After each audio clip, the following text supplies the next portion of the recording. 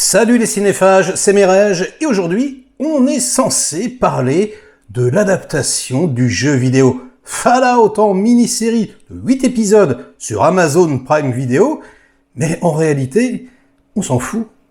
Est-ce que c'est une bonne série? Mais on s'en fout. Réellement? Est-ce que le casting est bon? On s'en fout. Est-ce que les effets spéciaux sont de bonne qualité? On s'en fout. Est-ce que c'est bien écrit? On s'en fout. Est-ce que le frère de Christopher Nolan, Jonathan Nolan, a fait un meilleur travail que sur Westworld? On s'en fout, mais royalement, puisque le véritable intérêt de cette mini-série, c'est elle. C'est Ella Purnell, née le 17 septembre 1996 à Londres, en Angleterre, au Royaume-Uni, où elle est actrice et productrice, connue pour Miss Peregrine et les enfants particuliers, ou encore Kick-Ass 2, ou encore Army of the Dead. Army of the Dead, elle jouait dans Army of the Dead.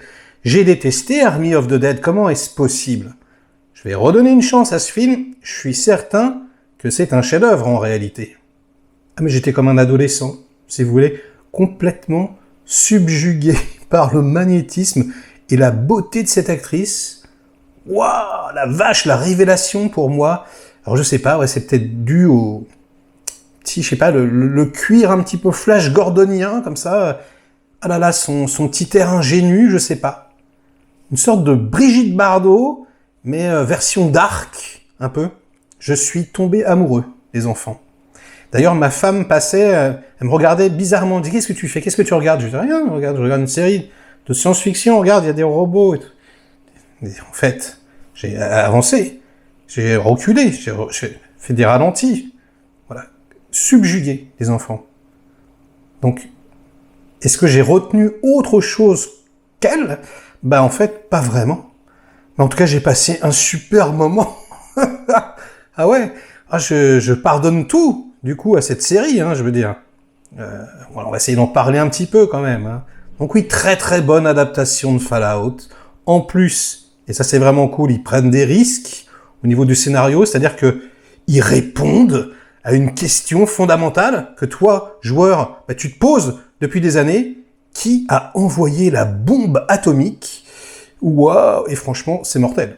Je vais rien spoiler ici, mais ouais, il y a des révélations. C'est très très bien écrit et très bien réalisé, en tout cas au début, parce que voilà, c'est réalisé par donc le frère de Christopher Nolan, Jonathan Nolan, et c'est plutôt bien emballé, franchement. Ça a coûté 150 millions de dollars, donc à peu près 20 millions par épisode, ce qui est pas mal. Et la direction artistique est franchement intéressante. On est dans quelque chose qui serait teinté années 50 aux États-Unis, voilà, rétro-futuriste, aux limites du steampunk. Je dis limite parce qu'il n'y a pas de vapeur en réalité, mais voilà, on est clairement dans une atmosphère, voilà, une imagerie qui ressemble à ça. C'est donc très très plaisant. Il y a un humour assez fin, j'ai trouvé, qui fait penser un petit peu à Starship Troopers, quelque chose comme ça. Si vous aimez des satires, je pense que vous allez apprécier.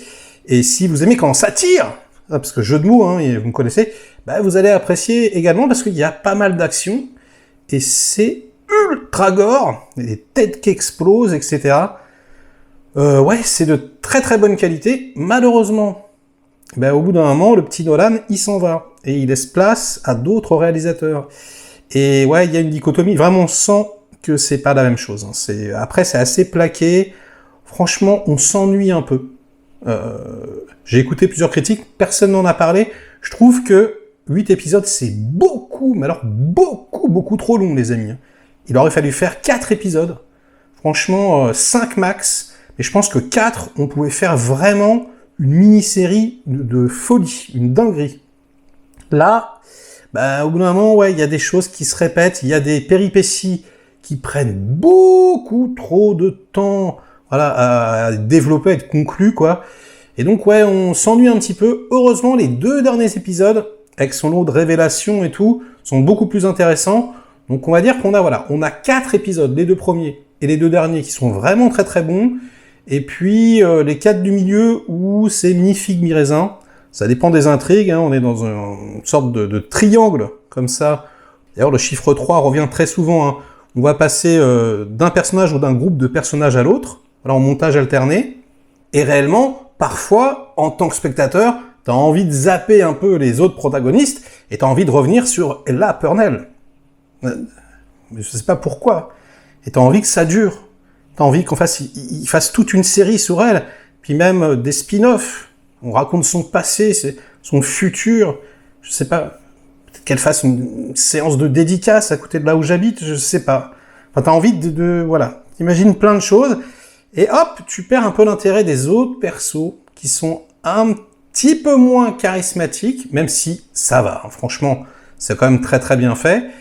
Un petit côté western aussi, évidemment, qui est très présent, qui était présent dans le jeu. Il y a tout ce qu'il y avait de subversif dans le jeu, c'est-à-dire le sexe, voilà, la violence, tout est coché, franchement. Et ce qui est assez agréable, c'est que c'est pas du fan service de base, c'est vraiment à chaque fois assez pertinent, ça fait avancer l'intrigue, donc c'est vraiment plutôt bien écrit, assez plaisant, et c'est assez rare pour être signalé, les petits amis. Hein. Donc oui, c'est un peu trop long, mais quand même, pour une adaptation de jeu vidéo, ça fait relativement plaisir.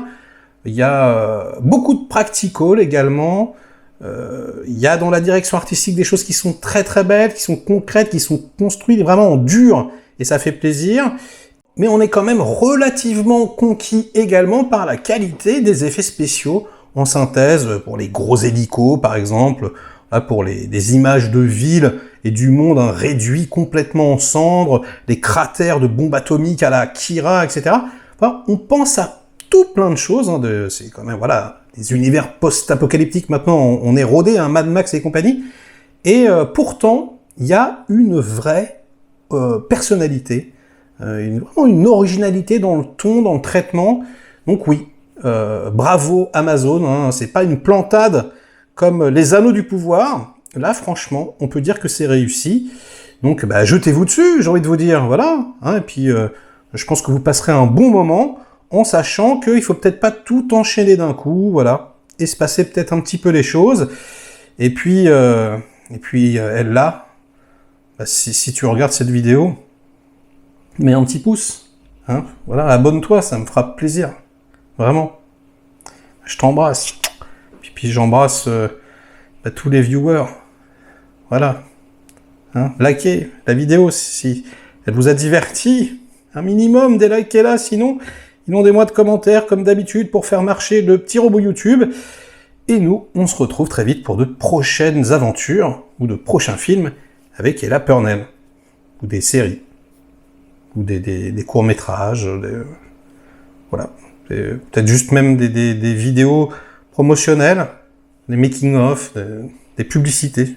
Si vous avez laissez-moi en commentaire, peut-être des liens. Voilà. Je vous remercie d'avance. Allez, à très vite.